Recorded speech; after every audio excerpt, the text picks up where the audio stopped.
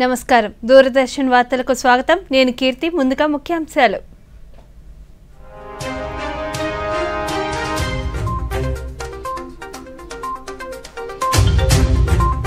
Port Blair పేరును మార్చిన కేంద్ర ప్రభుత్వం శ్రీవిజయపురంగా వ్యవహరించనున్నట్లు కేంద్ర హోంమంత్రి అమిత్ షా వెల్లడి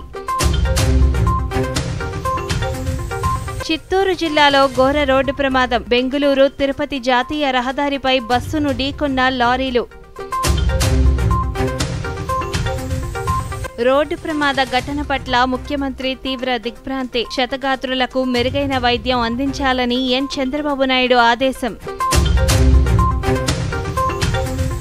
దేశంలో అన్ని వర్గాలకు ప్రయోజనం చేకూర్చడమే బీజేపీ లక్ష్యమన్న ఆ పార్టీ రాష్ట్ర అధ్యక్షురాలు ఆంధ్రప్రదేశ్ అభివృద్ధికి బీజేపీ కట్టుబడి ఉందన్న దగ్గుపాటి పురంధేశ్వరి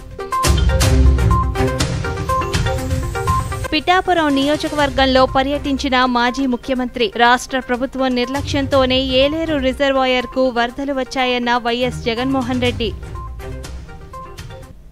వార్తల్లోని వివరాలు చూద్దాం సమాజంలో దివ్యాంగులను చూసే దృష్టికోణం మారాలని భారత ప్రధాని నరేంద్ర మోదీ పేర్కొన్నారు.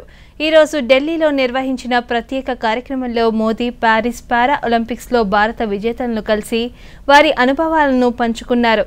భారత కీర్తి ప్రతిష్టలను ప్రపంచ దేశాలకు చాటి చెప్పిన క్రీడాకారులకు అభినందనలు తెలిపారు.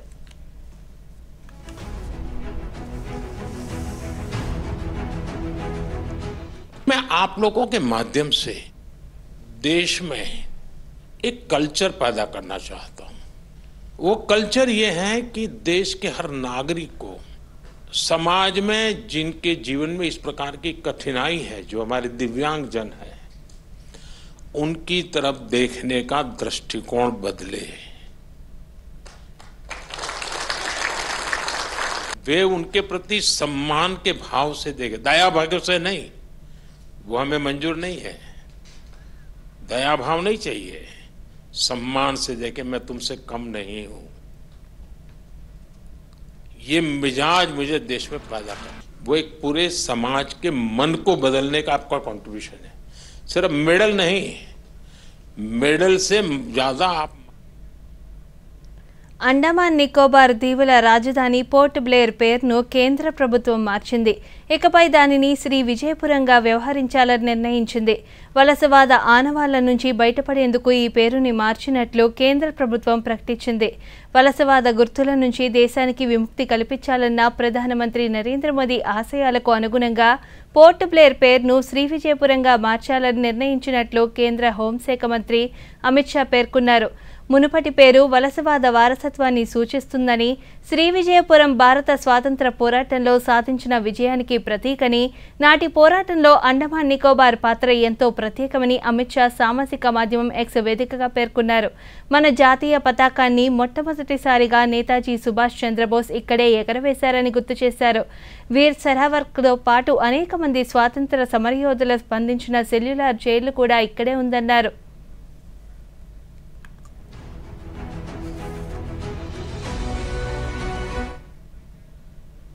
రాష్ట్ర సచివాలయంలో రహదారులు భవనాలు శాఖపై ముఖ్యమంత్రి నారా చంద్రబాబు నాయుడు సమీక్ష సమావేశం నిర్వహించారు. వరద ప్రభావిత ప్రాంతాల్లో జరిగిన నష్టం అంచనాపై అధికారులతో ముఖ్యమంత్రి చర్చించారు.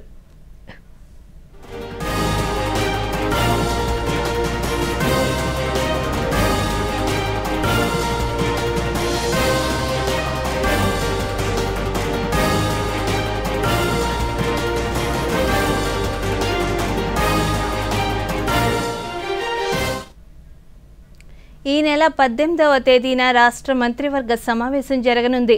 ముఖ్యమంత్రి నారా చంద్రబాబు నాయుడు అధ్యక్షతన అమరావతిలోని సచివాలయంలో కేబినెట్ భేటీ నిర్వహించనున్నారు. ఈ నెల 15 సాయంత్రం 4 గంటల్లోగా ఇందుకు సంబంధించిన ప్రతిపాదనలు పంపించాలని ప్రభుత్వ ప్రధాన కార్యదర్శి నీరబ్ కుమార్ ప్రసాద్ అన్ని శాఖలకు ఆదేశాలు జారీ చేశారు.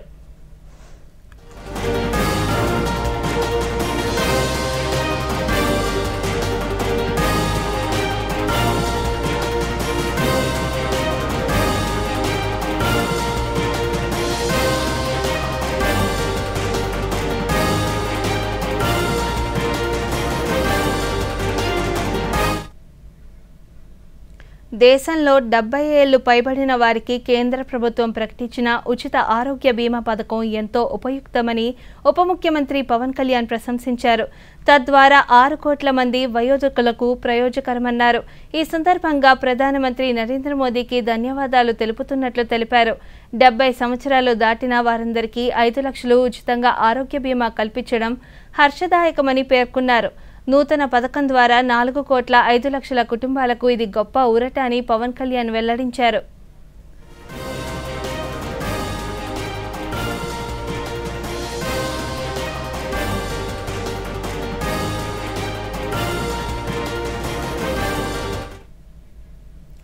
దేశంలో అన్ని వర్గాల ప్రజలకు ప్రయోజనం చేకూర్చడమే భారతీయ జనతా పార్టీ విధానమని ఆ పార్టీ రాష్ట్ర అధ్యక్షురాలు రాజమహేంద్రవరం పార్లమెంట్ సభ్యురాలు దగ్గుపాటి పురంధేశ్వరి పేర్కొన్నారు.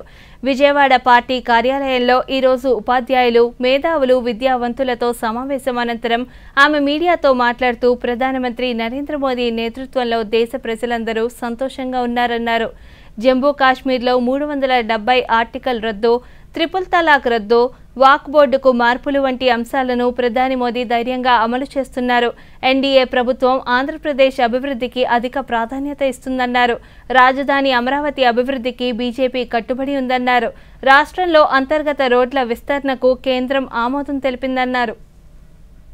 We would like to actually appreciate the work done by the government of Andhra Pradesh under the leadership of the Chief Minister Shri Chandrababu Naidu Garu in coming out, in literally staying with the people, building up confidence in the people that the government is always there with them to help them. And similarly, we would also like to appreciate the work done by the workers, the sanitation workers, the Swachh Bharat soldiers as we would like to call them, the municipal corporation workers who really worked on the ground. In fact, it is because of their good work that today we have not seen a spread of infectious disease in and around Vijayawada, because as we all know, soon after the water recedes, because of the garbage that is actually piled up, there would be a lot of infectious diseases.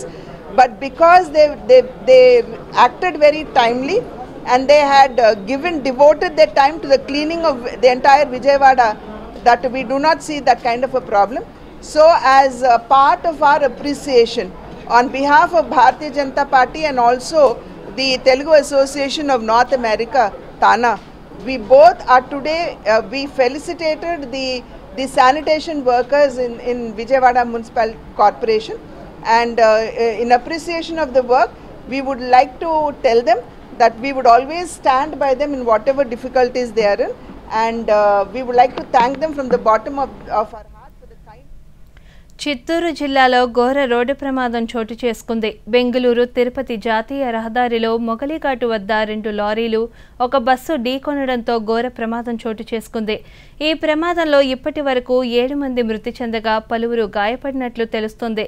సంఘటన జరిగిన వెంటనే స్థానికులు పోలీసులకు సమాచారం అందజేసి క్షతగాత్రులను దగ్గరలోని ఆసుపత్రులకు తరలించారు. కాగా జిల్లా కలెక్టర్ సుమిత్ కుమార్, జిల్లా ఎస్పీ వైద్య బృందం సంఘటనా స్థలానికి చేరుకొని ప్రమాద తీరును పరిశీలించారు. ఆ ప్రాంతంలో వాహన రాకపోకలకు ఎలాంటి అంతరాయం కలగకుండా పోలీసులు చర్యలు తీసుకున్నారు. పోలీస్ కేసులు నమోదు చేసి దర్యాప్తు చేస్తున్నారు.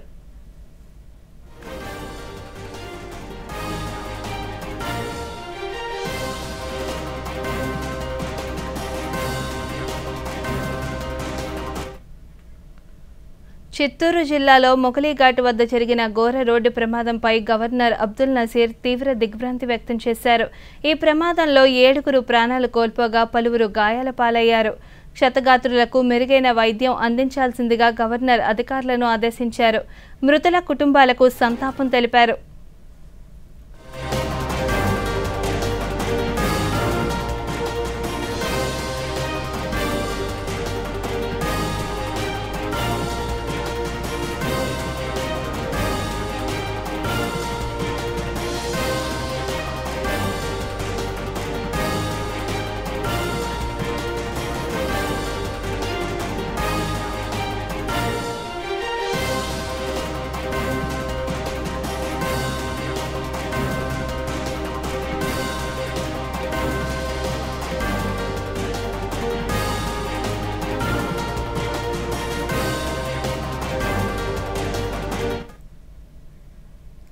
చిత్తూరు జిల్లా మొగలిఘాట్ వద్ద జరిగిన రోడ్డు ప్రమాదంలో 7 మృతి చెందడంపై ముఖ్యమంత్రి నారా చంద్రబాబు నాయుడు దిగ్భ్రాంతి వ్యక్తం చేశారు.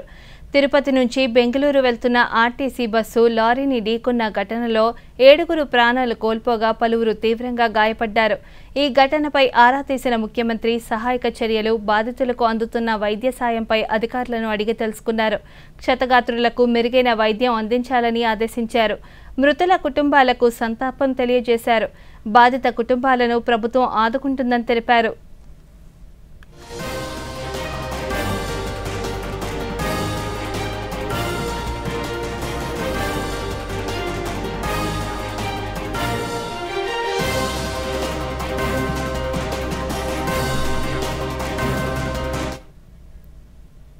తిరుపతి జిల్లా శ్రీకాళహస్తీశ్వర ఆలయంలో పవిత్రోత్సవాలు ఈరోజు శాస్త్రోక్తంగా ప్రారంభమయ్యాయి.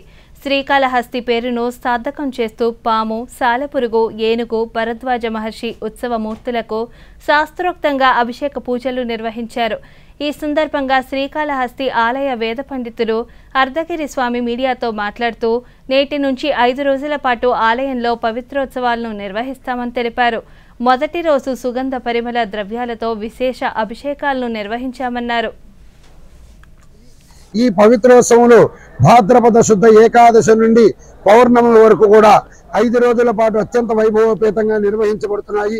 అందులో భాగంగా కూడా మొట్టమొదటి రోజు ఈ రోజు ప్రాతకాలం నుండి శ్రీ అంటే సాలిపురుగు, కాలము అంటే సర్పము, హస్తి అంటే ఏనుగు, ఈ 3 మూగజీవాలకు భరద్వాజ మహర్షికి కూడా విశేషముగా వివిధ సుగంధ ద్రవ్యాలతో అభిషేకము, పూజలు, ధూపదీప నైవేద్యాలు సమర్పించడం జరిగింది. సాలిపురుగు, పాము, ఏనుగును కూడా 4 మాడ వీధులందు తీసుకెళ్లి భక్తులకు దర్శనమిచ్చి తిరిగి ఆలయంలోనికి తీసుకురావడం జరుగుతుంది.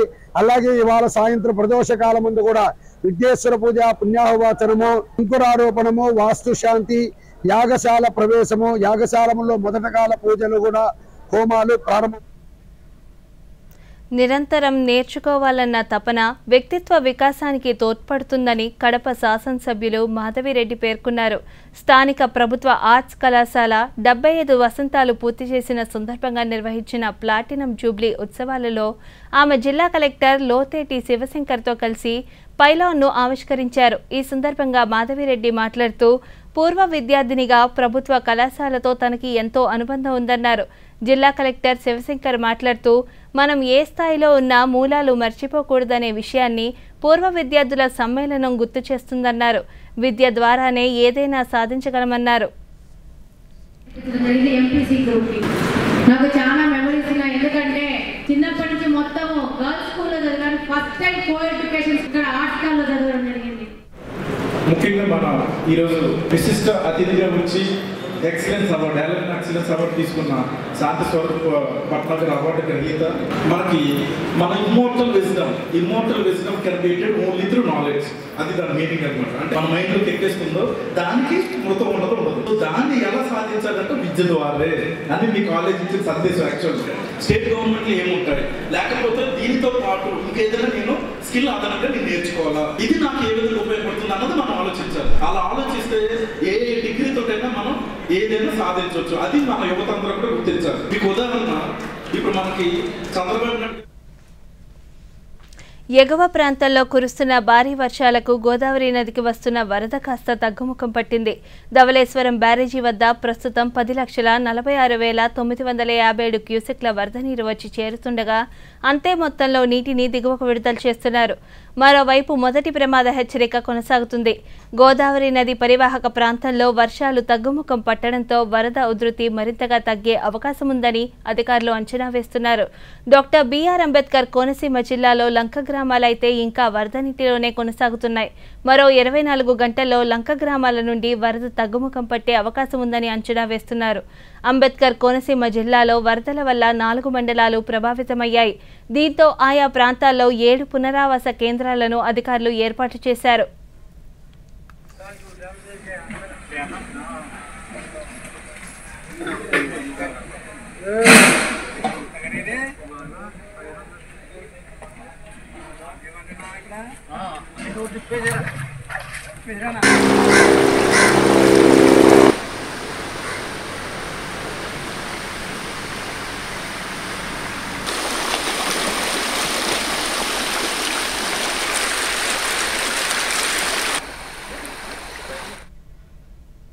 ఇప్పుడు వార్తల్లో చిన్న విరామం. ఎంతకాలం ఇలా లైన్లో గడిపేస్తారు? డిజిటల్ పేమెంట్ వాడండి, చిటికలో పరిష్కారం పొందండి. ఎంతకాలమని పాత పద్ధతుల్ని పాటిస్తారు? డిజిటల్ పేమెంట్ చాలా తేలిక. చూడండి, చిటికలో పేమెంట్ చెల్లించండి. వాలెట్ కోసం వెతుకుతున్నారా? డిజిటల్ పేమెంట్ వాడండి, ఎప్పుడైనా ఎక్కడైనా, మరియు సురక్షితం కూడా. నేనైతే వీరికి డిజిటల్ పేమెంట్ చేయడం నేర్పించాను. మరి మీరు? ఆర్బీఐ చెప్తుంది ఈ డిజిటల్ పేమెంట్ వాడండి, ఇతరులకు నేర్పించండి. వార్తలకు తిరిగి స్వాగతం. ముఖ్యమంత్రి చంద్రబాబు నాయుడు ప్రభుత్వ నిర్లక్ష్యంతో విజయవాడలో సంభవించిన వరదలే ఏలేరు రిజర్వాయర్కు వచ్చాయని వైఎస్ఆర్సీపీ అధినేత మాజీ ముఖ్యమంత్రి వైఎస్ జగన్మోహన్ రెడ్డి అన్నారు. పిఠాపురం నియోజకవర్గ పరిధిలో ఏలేరు ముంపు గ్రామాల్లో ఈరోజు ఆయన పర్యటించారు. రమణక్కపేటలో ఆయన మీడియాతో మాట్లాడుతూ ఏలేరు రిజర్వాయర్ వాటర్ మేనేజ్మెంట్ విషయంలో రాష్ట్ర ప్రభుత్వం పూర్తిగా నిర్లక్ష్యం వహించిందని, వరద నీటి నియంత్రణలో పూర్తిగా విఫలమైందన్నారు. భారీగా వర్షాలు పడతాయని రాష్ట్ర ప్రభుత్వానికి వాతావరణ శాఖ నుంచి ఆగస్టు 31వ తేదీనే సమాచారం అందిందని, అయినా కూడా ప్రభుత్వం పట్టించుకోలేదని ఆరోపించారు. ప్రజలను అప్రమత్తం చేయటంలో కూడా ప్రభుత్వం విఫలమైందని పేర్కొన్నారు. మోడస్ ఆపరాండా అదే రకమైన నిర్లక్ష్యం ఈరోజు ఏలూరు రిజర్వాయర్కు సంబంధించిన వాటర్ మేనేజ్మెంట్ పరిస్థితి చూసినా అంతే అదే గుర్తుకొస్తుంది. కారణం ఏమిటి అని అంటే సైక్లోన్ వస్తుంది, డీప్ డిప్రెషన్ కింద కన్వర్ట్ అవుతుంది, భారీగా వర్షాలు పడతాయి అని రాష్ట్ర ప్రభుత్వానికి ఇన్ఫర్మేషన్ ఉంది. రాష్ట్ర ప్రభుత్వానికి 31వ తారీఖునే ఈ రకమైన ఇన్ఫర్మేషన్ రాష్ట్ర ప్రభుత్వానికి ఉంది. ఐఎండి వాళ్ళు రాష్ట్ర ప్రభుత్వానికి ఇన్ఫార్మ్ చేసినారు, అలర్ట్ చేసినారు. ఇంత ఇన్ఫర్మేషన్ ఉన్నప్పటికీ కూడా ఏలేరు రిజర్వాయర్లో సైక్లోన్ వస్తూ ఉంది, ఆ ప్రాంతానికి అది డీప్ డిప్రెషన్గా మారుతుంది, భారీ వర్షాలు కురుస్తాయి అని చెప్పి తెలిసి ఉన్నా కూడా రిజర్వాయర్లకు సంబంధించిన ఫ్లడ్ కుషన్ మేనేజ్మెంట్ పూర్తిగా గాలి కొదిలేశారు. ఆయుష్మాన్ భారత్ పథకాన్ని 70 ఏళ్లు పైబడిన వారికి కూడా వర్తింపచేస్తామని కేంద్ర ప్రభుత్వం ప్రకటించడం పట్ల తిరుపతి జిల్లా వాసులు హర్షం వ్యక్తం చేశారు. జిల్లాకు చెందిన వయోవృద్ధులు ఈరోజు దూరదర్శన్తో మాట్లాడుతూ వయసు పైబడిన వారికి ఆయుష్మాన్ భారత్ కార్డులు మంజూరు చేయడం వల్ల ఎంతో ఉపయోగకరంగా ఉంటుందని, వృద్ధాప్యంలో ఇలాంటి పథకాలు ఆర్థికంగా చేదోడవుతాయని పేర్కొన్నారు. నరేంద్ర మోడీ గారు 3వసారి ప్రధానమంత్రిగా ప్రమాణ స్వీకారం చేసిన తర్వాత దేశ ప్రజలని దృష్టిలో పెట్టుకొని ఇటు సంక్షేమాన్ని, అభివృద్ధిని సమాంతరంగా పరిపాలన చేస్తూ, మరియు దేశంలో వృద్ధుల యొక్క సంఖ్య పెరుగుతున్నందున ముఖ్యంగా 70 సంవత్సరాలు పైబడిన వారిని దృష్టిలో పెట్టుకొని ఆయుష్మాన్ భారత్ యొక్క పథకాన్ని 70 ఏళ్లు పైబడినటువంటి ప్రతి ఒక్కరికి కూడా 5 లక్షల రూపాయలు వర్తించే విధంగా ఆదాయ వ్యయాలతో సంబంధం లేకుండా ఆ పథకంలో వీళ్ళందరినీ, ఈ 70 సంవత్సరాలు పైబడిన వాళ్ళందరినీ చేర్చడము అత్యంత ముఖ్యమైనటువంటి నిర్ణయము. ఆదాయంతో సంబంధం లేనటువంటి ఎట్లాంటి నిర్ణయం తీసుకోవడము 72 వయసు ఉన్నటువంటి వాళ్ళందరికీ కూడా ఈ పథకం వర్తిస్తుంది. కాబట్టి 70 సంవత్సరాలు పైబడినటువంటి వాళ్ళు ఎలాంటి ఆలోచన లేకుండా ఆ పథకాన్ని సద్వినియోగం చేసుకోగలరని, ఆ పథకాన్ని వర్తింప చేసుకోవడం కూడా దేశ ప్రజలందరూ కూడా చేసుకుంటారని. ఆయుష్మాన్ భారత్ కార్డు ప్రభుత్వం రిలీజ్ చేసింది. మన వికసిత్ భారత్ లో కూడా ప్రతి ఒక్కరికి ఆయుష్మాన్ భారత్ కార్డులు ఇచ్చినారు. ఈ ఆయుష్మాన్ భారత్ కార్డులు 70 నుంచి పైబడిన వాళ్ళందరికీ కూడా వర్తిస్తుంది. ఏదైనా అనారోగ్య సమస్యతో విజయవాడ ప్రకాశం బ్యారేజీ వద్ద పడవల తొలగింపు ప్రక్రియ వరుసగా 3వ రోజు ముమ్మరంగా కొనసాగుతుంది. గేట్ల వద్ద చిక్కుకున్న భారీ పడవలను బయటకు తీసేందుకు రంగంలోకి దిగిన నిపుణుల బృందం తీవ్రంగా శ్రమిస్తుంది. కాకినాడ నుంచి వచ్చిన 14 మంది నిపుణుల బృందం నేతృత్వంలో భారీ బోట్లు బయటకు తీసే ఏర్పాట్లు చేసింది. ఒక్కొక్కటి 50 టన్నులకు పైగా బరువులాగే 7 శక్తివంతమైన పడవలతో రెస్క్యూ ఆపరేషన్ చేపట్టారు. ఇప్పటికే విశాఖకు చెందిన డైవింగ్ టీంతో ఒక బోటును 2గా ముక్కలు చేశారు. 2గా కోసిన ఈ బోటును తొలుత బయటకు లాగేందుకు ఏర్పాట్లు చేశారు. అనంతరం మిగిలిన 3 బోట్లను భారీ పడవల సాయంతో బయటకు తీయనున్నారు. బ్యారేజీ గోడలు, గేట్లకు నష్టం జరగకుండా బోట్లను తీసేందుకు అధికారులు చర్యలు తీసుకున్నారు. వీలైనంత త్వరలో బోట్లు బయటకు తీసేలా చర్యలు తీసుకుంటున్నట్లు అధికారులు తెలిపారు.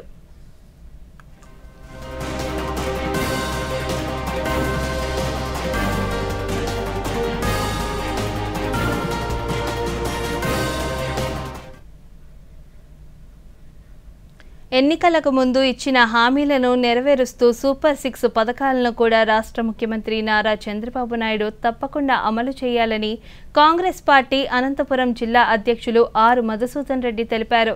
అనంతపురంలో ఈ రోజు ఆయన జిల్లా అధ్యక్షులుగా పదవి బాధ్యతలు స్వీకరించారు. ఈ సందర్భంగా ఆయన మాట్లాడుతూ ప్రజా సమస్యల పరిష్కారంలో ప్రజల పక్షాన కాంగ్రెస్ పోరాడుతుందన్నారు.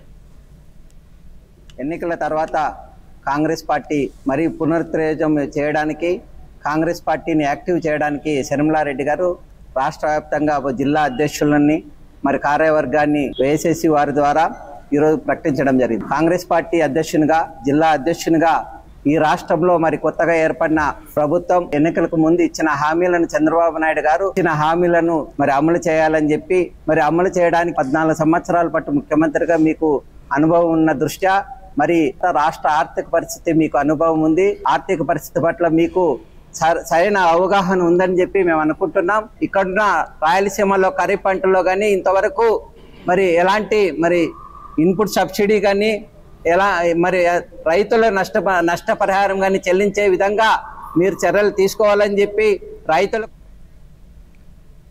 భారతీయ జనతా పార్టీ సభ్యత్వ నమోదు ప్రక్రియ ఉత్సాహంగా కొనసాగుతుందని ఆ పార్టీ రాష్ట్ర కార్యదర్శి సామంచి శ్రీనివాస్ పేర్కొన్నారు.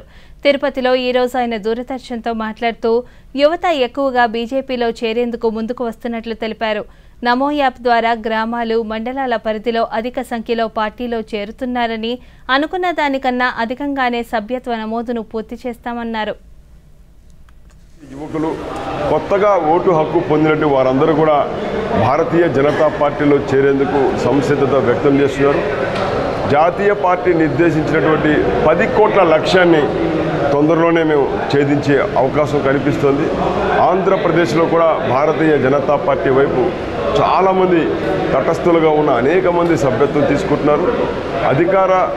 గతంలో అధికారం వెలగబెట్టినటువంటి వైసీపీ నుంచి కూడా వారి యొక్క నిర్ణయాలు సహించని చాలామంది ఇవాళ భారతీయ జనతా పార్టీ వైపు చూస్తున్నారు. ఆన్లైన్ మహిళా సాధికారిత, మహిళా సంక్షేమం కోసం జాతీయ మహిళా కమిషన్ కృషి చేస్తుందని రాష్ట్ర మహిళా కమిషన్ చైర్పర్సన్ గజ్జల వెంకటలక్ష్మి అన్నారు. కడపలో ఆమె మీడియాతో మాట్లాడుతూ వివిధ కారణాలతో కడప కేంద్ర కారాగారంలో ఉన్న మహిళా ఖైదీలకు మహిళా కమిషన్ అన్ని విధాలా అండగా ఉంటుందన్నారు. మహిళా ఖైదీల వార్డులను ఆమె పరిశీలించి వారితో మాట్లాడారు. పోషణ మాసోత్సవాలను జైళ్లలో నిర్వహించారు. ఖైదీలతో చెట్ల పెంపకాన్ని చేపడతామని, దాని ద్వారా ఖైదీలతో పరివర్తన వస్తుందని ఆమె అన్నారు. ఖైదీలకు కూడా పోషకాహార విలువలు ఉన్న ఆహారాన్ని అందించాలని ఆమె సంబంధిత అధికారులను ఆదేశించారు. రాజకీయాలలో ఎంపవర్ అవ్వాలి, ఆరోగ్యంలో ఎంపవర్ అవ్వాలి. అప్పుడే సంపూర్ణమైనటువంటి ఉమెన్ ఎంపవర్మెంట్ సాధించినట్టు. ముఖ్యంగా ప్రతి సంవత్సరము కూడా రాష్ట్రీయ పోషణ్ మాహ్ చేయడం జరుగుతుంది. మనం లాస్ట్ ఇయర్ కూడా 2 సంవత్సరాల క్రితం కడపలో చేసుకున్నాం, లాస్ట్ ఇయర్ కర్నూలులో చేసాం. ఈసారి రాయలసీమ 2 జిల్లాల్లోనూ కూడా పోషణ్ మాహ్ చేయడం జరుగుతుంది. నిన్న కర్నూలులో కూడా పోషణ్ మాహ్ నిర్వహించాము. ఈరోజు ముఖ్యంగా జైల్లో ప్రిజన్స్ కోసమే ముఖ్యంగా ఎందుకు పెట్టామంటే, జైల్లో ఉన్న మహిళా ఖైదీలు ఎటువంటి సౌకర్యాలు పొందుతున్నారు, వారికి బలవంతకరమైనటువంటి ఆహారాన్ని అందిస్తున్నారా లేదా, పోషక విలువలు కలిగిన ఆహారాన్ని అందిస్తున్నారా లేదా. వికసిత భారత్ 2047 లక్ష్యాలను అందుకోవడంలో ఉన్నత విద్య కీలక భూమిక కానుందని ఉపరాష్ట్రపతి జగదీప్ ధన్కర్ పేర్కొన్నారు. రాజస్థాన్లోని అజ్మీర్లోని కేంద్రీయ విశ్వవిద్యాలయంలో ఈ రోజు జరిగిన కార్యక్రమంలో ఆయన విద్యార్థులను ఉద్దేశించి ప్రసంగించారు. ప్రపంచ ఆర్థిక వ్యవస్థలో భారత్ తిరుగులేని శక్తిగా ఎదుగుతుందన్నారు. కేంద్ర ప్రభుత్వ సరళీకృత సుస్థిర ఆర్థిక విధానాల కారణంగా దేశంలో పెట్టుబడులకు అనుకూలమైన వాతావరణం నెలకొందన్నారు. రానున్న కాలంలో మరిన్ని వ్యాపార, ఉద్యోగ, ఉపాధి అవకాశాలు అందుబాటులోకి వస్తాయని, వాటిని అందిపుచ్చుకునేలా విద్యార్థులు తమ నైపుణ్యాలను మెరుగుపరుచుకోవాలని సూచించారు. एक लंबी राजनीतिक पार्टी का शासन के बावजूद भारत की अर्थव्यवस्था लंदन शहर और पेरिस शहर से छोटी थी, अंदाजा लगा सकते हो. और हमारी छलांग गत दशक में कितनी लगी कि हमने फ्रांस और यूके को पीछे छोड़ दिया. लंदन और पेरिस की बात ही कम. India Today boys and girls is the 5th largest global economy on way to becoming the 3rd largest in 2 years or little more. तो दूसरा दृश्य उस समय मैंने देखा, अपनी आंखों से देखा, भयभीत होकर देखा। केंद्रीय मंत्री की हैसियत से जब श्रीनगर गया, सन्नाटा था, सड़क पर लोग दिखाई नहीं दे रहे थे। ऐसे लगता है कि प्रजातंत्र पर काली छाया है। और आज गत वर्ष 2 करोड़ से ज्यादा पर्यटक जम्मू कश्मीर गए हैं। अंदाजा लगाइए कितना बड़ा बदलाव। हमें तो कोई స్వచ్ఛతా హీ సేవ అభియాన్ ఈ నెల 17వ తేదీ నుంచి ప్రారంభం కానున్న నేపథ్యంలో ఢిల్లీలో ఈరోజు నిర్వహించిన మీడియా సమావేశంలో కేంద్ర గృహ నిర్మాణ పట్టణాభివృద్ధి శాఖ మంత్రి మనోహర్ లాల్ ఖట్టర్ పాల్గొన్నారు. స్వచ్ఛతా మిషన్ విశిష్టత లక్ష్యాలను ఆయన మీడియా ప్రతినిధులకు వివరించారు. కేంద్ర ప్రభుత్వం స్వచ్ఛ భారత్ అభియాన్ ప్రారంభించి ఈ ఏడాదికి 10 ఏళ్లు పూర్తయిందని, స్వచ్ఛతా సంకల్పంలో దేశం సాధించిన విజయాలు, ప్రభుత్వానికి ఎదురైన సవాళ్లను కేంద్ర మంత్రి ప్రస్తావించారు. ये अभियान उत्तरोत्तर बढ़ता चला जा रहा है। उसमें बहुत प्रकार के नए नए आयाम से हर वर्ष इस टैगलाइन के साथ शुरू किया गया कि जिसमें एक बहुत बड़ी भारत की यानी एक स्वच्छता की एक कहानी ये बन गई है 10 वर्ष में। और इस कहानी को मैं समझता हूं कि धीरे धीरे करके देश की 100 करोड़ से ऊपर की जो हमारी आबादी है उन्होंने सबने इसको अंगीकार किया है। और इस अंगीकार करने के बाद चाहे वो यानी इंडिया की ये जो कहानी है वेस्ट मैनेजमेंट की हो, अथवा दूर दराज के क्षेत्र हैं, पहाड़ी क्षेत्र हैं, लद्दाख का क्षेत्र हो, या फिर जंगलों में मध्य प्रदेश के जंगल हो, नॉर्थ ईस्ट का पहाड़ी क्षेत्र हो। नमामि गंगे के माध्यम से हमने गंगा की सफाई का अभियान लिया। वो गंगा पहाड़ों से निकलने के बाद और फिर उत्तर प्रदेश, बिहार और झारखंड के मैदानी इलाके में हो। కేంద్ర వ్యవసాయ శాఖ మంత్రి శివరాజ్ సింగ్ చౌహాన్ ఈరోజు ఢిల్లీలోని కృషి విజ్ఞాన కేంద్రంలో నిర్వహించిన సమావేశంలో మాట్లాడారు. అరటి ఎగుమతుల పెంపొందించేలా రైతు సంఘాల సహకారాన్ని ప్రోత్సహిస్తామన్నారు. ప్రధానమంత్రి ఆవాస్ యోజన పథకం కింద రాష్ట్రాలలో నిర్మించిన గృహాల వివరాలను ప్రకటించారు. मित्रों, 15 सितंबर को प्रधानमंत्री जी 2 करोड़ नए घरों के आवंटन का शुभारंभ करेंगे। झारखंड में प्रधानमंत्री आवास योजना के अंतर्गत झारखंड के लगभग 20,000 लाभार्थियों को जमशेदपुर से स्वीकृति पत्रों का वितरण करेंगे। और इसके अतिरिक्त झारखंड में थोड़ा काम तेजी से होना चाहिए था, हमने लगातार प्रयत्न किए। इसी अभियान के तहत 16 सितंबर को माननीय प्रधानमंत्री जी गुजरात जाएंगे और गुजरात राज्य में पिछले वर्षों में 10 वर्षों में 6,50,000 से ज्यादा आवासों का निर्माण हुआ है। वर्तमान वित्तीय वर्ष में भी 54,135 आवास का लक्ष्य गुजरात को दिया गया है और 99 करोड़ 1 लाख रुपए की राशि जारी की जा चुकी है। माननीय प्रधानमंत्री जी राज्य में 31,000 लाभार्थियों के खाते में लगभग 93 करोड़ रुपए की राशि हस्तांतरित करेंगे और 35,000 पूर्ण हो चुके मकानों में गृह प्रवेश। రాబోయే 24 గంటల్లో బంగాళాఖాతంలో అల్పపీడనం ఏర్పడుతుందని భారత వాతావరణ శాఖ పేర్కొంది. ఇది రానున్న 48 గంటల్లో వాయుగుండంగా బలపడే అవకాశం ఉందన్నారు. దీని ప్రభావంతో పశ్చిమ బెంగాల్, ఒడిశా, ఛత్తీస్గఢ్, బీహార్ రాష్ట్రాల్లో విస్తారంగా వర్షాలు కురుస్తాయని, ఆంధ్రప్రదేశ్పై దీని ప్రభావం స్వల్పంగానే ఉంటుందని నిపుణులు అంచనా వేస్తున్నారు. ఈ వార్తలు ఇంతతో సమాప్తం. నమస్కారం.